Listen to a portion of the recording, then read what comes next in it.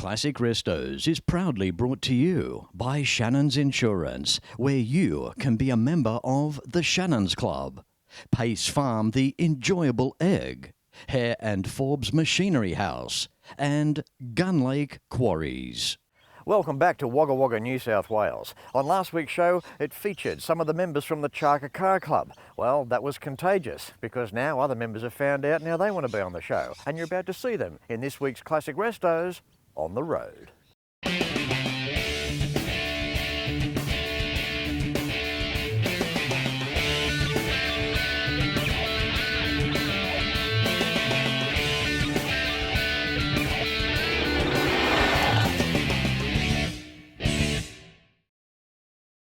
And before you see some devoted motoring enthusiasts, Wagga Wagga is a major regional city in the beautiful Riverina region of New South Wales, and I encourage you to get out and see it when you can. Straddling the Murrumbidgee River, Wagga has an urban population of more than 56,000 people that adore this part of New South Wales. It's the state's largest inland city, where you can stroll the wonderful parks and gardens, cycle the bikeways, take a nature walk along the banks of the Murrumbidgee, or an outing to one of the specialty markets. And you can even bring out your artistic side by visiting the museums, art galleries and theatres. From traditional to contemporary, there is something to suit all tastes. Wagga is an important agricultural, military and transport hub of Australia, and it's renowned for being the place where paths cross and people meet. And now it's time for some classic cars out on the street. And on last week's show, Paul did the CHACA Car Club proud with his very tidy FJ Holden. Lyle's 73 Escort also turned some heads, restored to perfection. And Woody's 1955 Oldsmobile Rocket 88 series took us instantly back to the United States and through 1955 into the bargain as well. So now, more boys are back on the other side of Lake Albert in Apex Park, Wagga, New South Wales. And working our way through Wagga, New South Wales. How are you, Tom? Very good, Fletch. That is good. If I do sound a little strange on today's episode, I've got a head full of hay fever, and you get that on the big jobs. So how are you doing, Tom? I'm okay, yeah. Fantastic today, yes. So tell us a story on this 73 here. You've got a bit of a story. In those days, we were looking for a car, and we managed to find this particular car, and it used to belong to a farmer's wife. Her and the dog used to drive into town, and we then it blew a starter motor up on it, and it ended up in Wagga for a starter motor.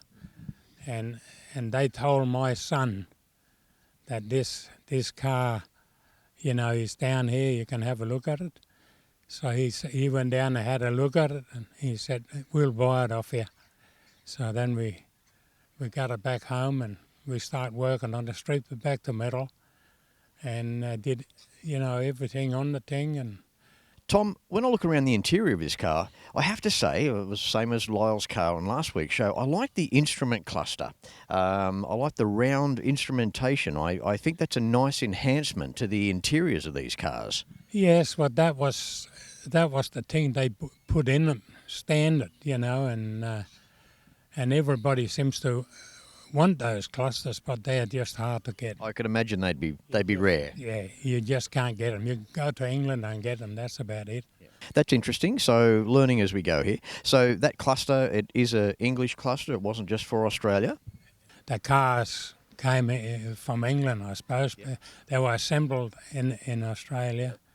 And so you're enjoying the car? It's a good car? Oh, that is a very, very good car, yeah. I just finished a Mark II. I got it home, and that took me, nearly a year and a half. And but it's a good thing to keep me alive, because I can go in the garage and work on them. Absolutely. And on that note, would you share with us how young you are? Well, I'm a bit over 82, so... So there we go. 82 years of age, got a classic car, eh? That says a million words. Tom, thank you so much for turning up today and showing us your Escort. It's very nice of you to do that. And again, it's an absolute credit to you in the preservation of the car. Look, honestly, you're a young bloke stuck in an older guy's body. You know, it's got the racing stripes. It's a bright coloured car. It looks the goods. Well done. Yes, yeah, I love the car, and Keeps you young. and my family is sort of, it keeps me young. That's what it's all about, you know. It's I can go from out in the backyard and go in the garage. 2 Escorts there to work on, so You've always got something to do. well, that's what keeps you alive. That's it. Good on you, Tom. I really appreciate you dropping by. I really appreciate your time. Thanks very much. You're welcome. Good on you, buddy. Take care. Okay, thank you. Well, it's part of my life, you know. It's Escorts is part of my life. I had Escorts for so many years, right before 70s, you know, and they've always been there, and I love to work on them. And it's just, we go on a lot of trips with our car club, and it's now coming to the place now where my daughter-in-law comes out and want to drive the car for me when we go on trips. So it's in the family, you see. So that's what it's all about, you know. It's right in the family. I went to Linfield. There was a dealer up there, and he made 110 of those Alto Escorts. And I went up there and bought one of those, and that's where my number plate comes from. I had them ever since in those days, so it's been in my name forever. I just love the cars, and you know, and now I'm at the age now, I'm over 82, and I've been married for 57 years. I've been married now, and got a beautiful son and a beautiful family. They're all in the car game, you know, so we're very happy about that.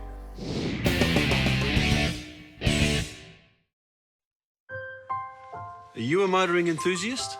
Does your current insurer understand your passion? At Shannons, we're motoring enthusiasts, just like you. We understand the passion you have for your special car or bike. But did you know that Shannons will also insure your daily drive, the car you drive every day? So if you're a motoring enthusiast, you've got to be with Shannons. So call Shannons on 13 46 46. Shannons, insurance for motoring enthusiasts. Hare & Forbes Machinery House has been family owned and operated for over 85 years, and it's easy to see why. Planning on welding? Look at these welding tables and clamps, air compressors and different air tools, sandblasting cabinets, through to spray guns. Everyone is welcome at Machinery House. There are competitive freight rates around Australia, and you can buy online at machineryhouse.com.au. So remember, Hare & Forbes has the range. As you know, Classic Restos not only features cars that have been restored, but original cars as well. And it's not every day of the week we get an opportunity to see an original V12 1979 Jag. How you doing, Barry? Excellent, Fletch, especially as soon as you were here. That's right. Some coverage. It's very nice of you, isn't it? Legend. Yep. You sprung out of bed this morning. I'm going to see Fletch today. I did. I had to open the gate. That's very nice of you, Barry. Now, doesn't get much more original than this, Barry. We've got a 79 Jag here with scratches and some little dings and a vinyl roof that once was, and by no means a show car, but original. It is, mate. It's delightful. When that V12 turns over, it's just, puts it all behind. And that's an indication of the quality of the car. They had problems with the manufacturer at that time, and it shows. When you say the V12 when it turns over, it almost sounds like it's a bonus. Like, yes, great, it started this morning. It is. And if you believe all the legends and the bad talk about Lucas and all the sorts of things about Jaguar, but when it runs, it runs. So we're talking overhead cam, a V12, 5.3 litre engine, correct? That's right. Yeah.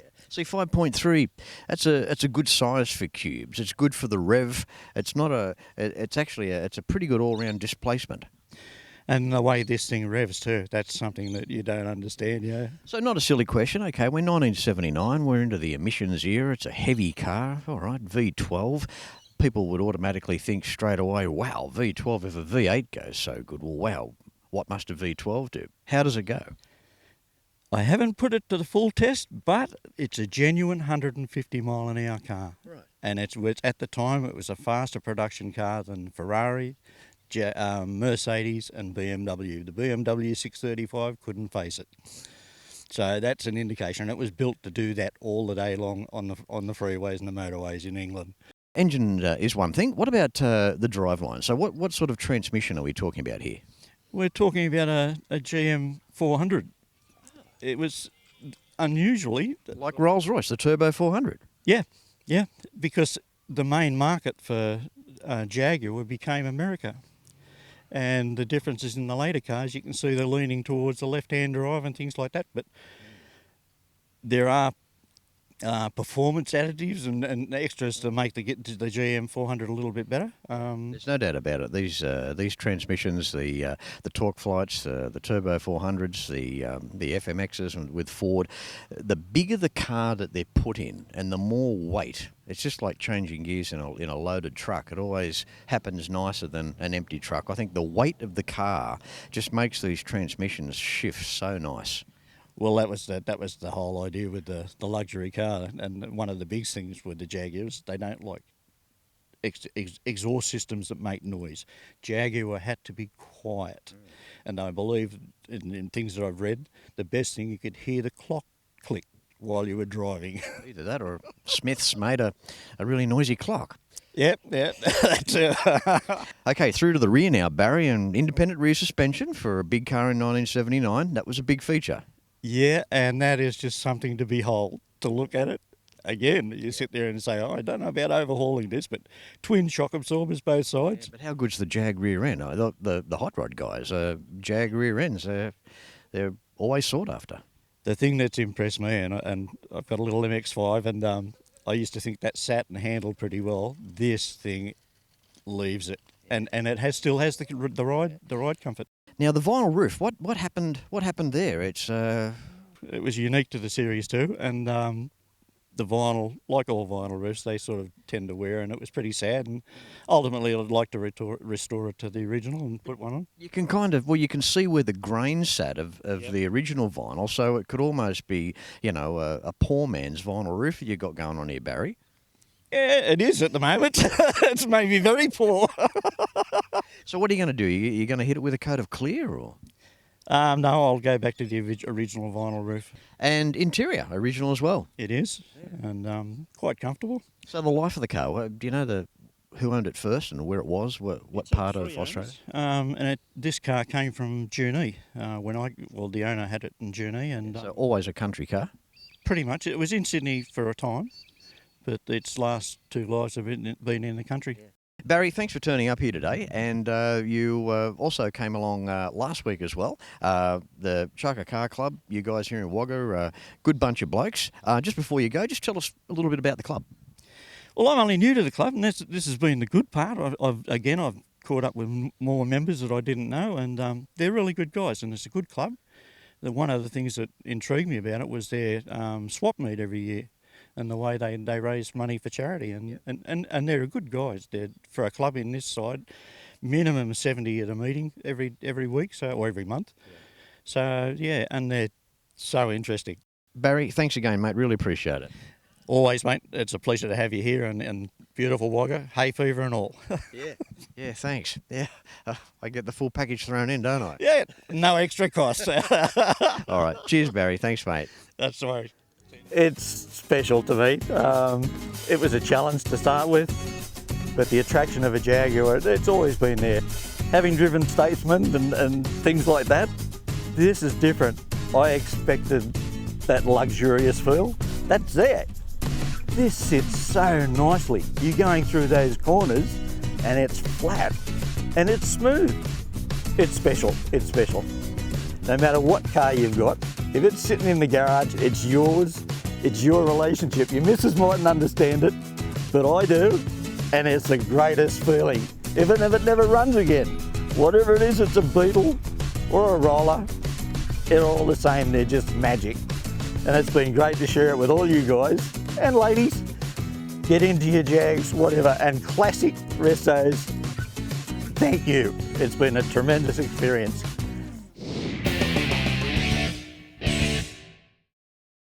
My passion for cars began when Nana and Pop bought their new Toyota Crown. It was Nana's, really. She loved that car. We went everywhere in it. My passion now is just the same, even though my cars are a little different. I've still got Nana's car, couldn't part with it. And I reckon if she was here today, she'd be insured with Shannons too. Call Shannons on 13 46 46. Shannons, insurance for motoring enthusiasts.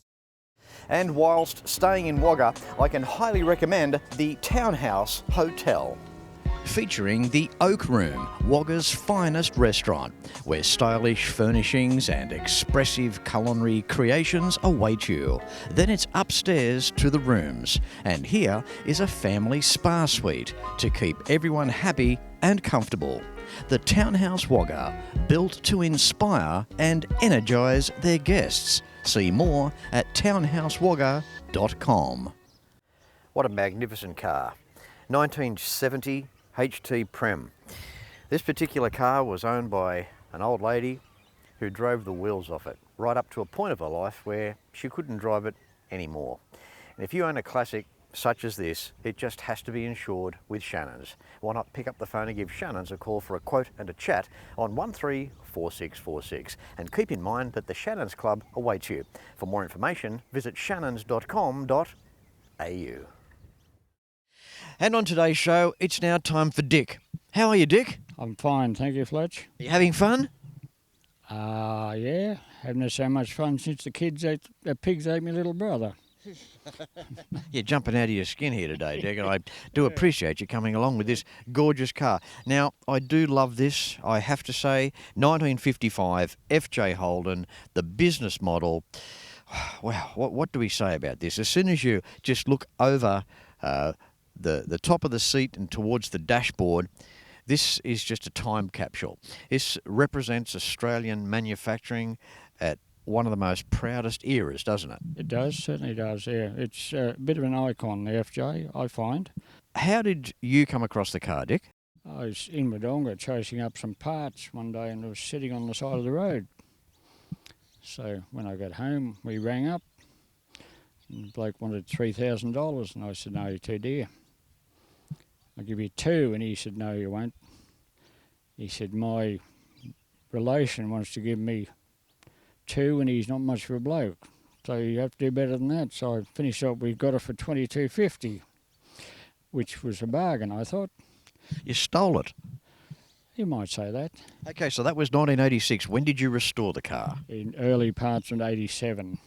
So you didn't mess around. You didn't have it long before you thought you'd throw a bit more coin at it. Yeah, we got stuck into it because I was involved in another restoration. Now, Dick, because it's the business model, it comes with some advantages over the basic model. Would you like to run through some of those? Bigger battery, bigger radiator. Now, bigger battery, I've just got to ask you there. Still a 6-volt system? Still a 6-volt system, yeah. The starters had a bit of a tension to it, you might say, and it starts quite well, but it's still 6-volt. But getting back to the rest of it, they had kick panels around the seats, rubber mats. And they look like galvanised iron. It's zinc coated metal, so it doesn't rust.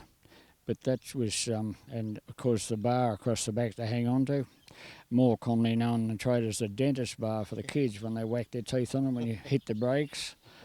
And they had heavier rear springs and shock absorbers. But then little things like you can lock the driver's door from outside.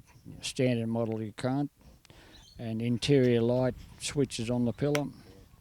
And that switch is a beautiful quality too. It's not just a plastic toggle switch. It's just a real nice metal placement. It's a brass switch and it's chrome plated. Yeah. So, and they've got a map pocket down next to the driver's foot for different things, I suppose. Cabbies might have put their logbook in it or something, I don't know, but it's quite handy to put books in these days with the logbook system. You've got to carry that with you, so it goes in there. Yeah. But That was one thing with most of our Australian cars for many years. Everything was beside you on the seat. There was we were never big on pockets, were we? yeah, no, they weren't. No Fletch, no. They weren't big on that, but anyway, it's just sign of the times, I suppose, or the era. With all these extras in the car, it's almost like the Fairmont gear of the Holden, isn't it, Dick? Yeah, sort of, yeah. Yeah, nearly. I think you'd have to go a special to be like the Fairmont gear, but anyway, this one is, I've added a few extras to it, like extra gauges, heater, found an original radio, sun visor and Venetian blind, so. I love what you've done with the restoration. I love the seats. As soon as you open the doors and just see those big seats there, you've just done it so nicely.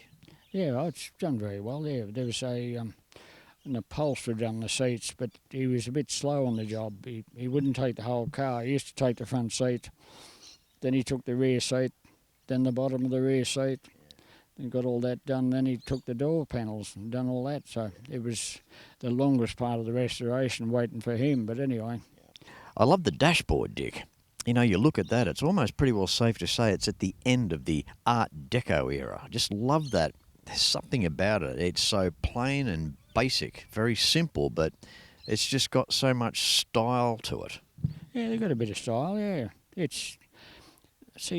didn't put much time into doing all that sort of stuff because they're too busy building the car, so it just got painted and there was no padded anything, but anyway. Yeah. And you get a speedo, standard equipment, fuel gauge and telltale lights, and that was it. But yeah.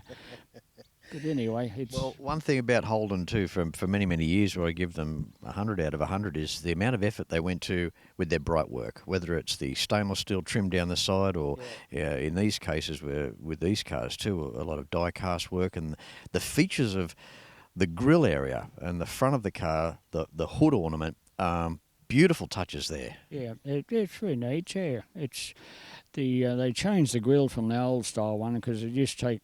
They tell me about 3 days to build those straight up and down, like Buick style grill, as they call it. Oh, the waterfall ones, yeah. But this one's a bit more simple.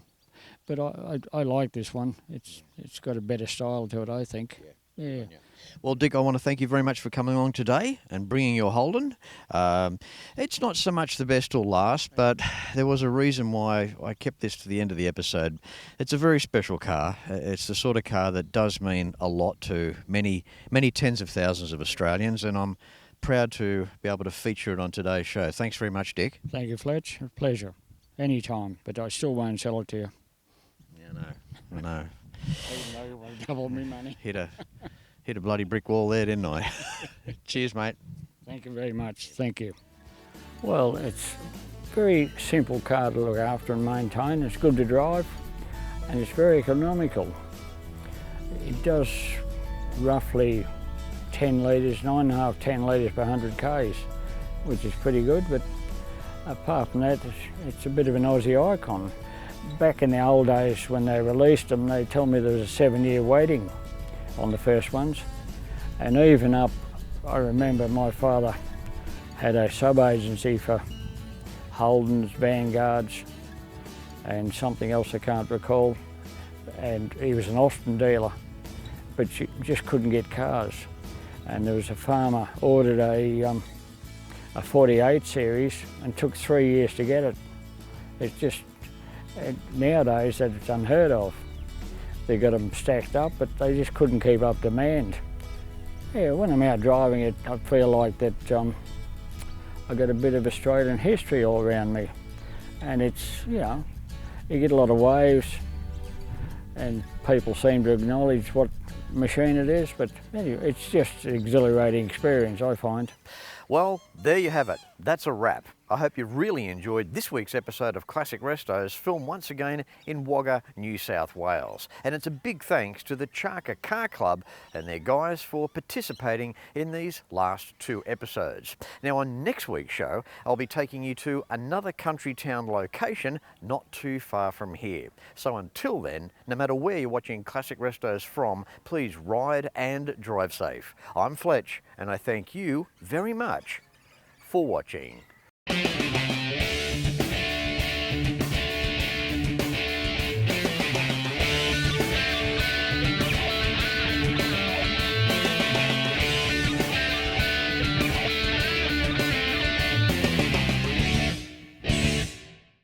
You can like and follow us on Facebook at facebook.com/ClassicRestosTV and watch catch-up episodes at shannons.com.au.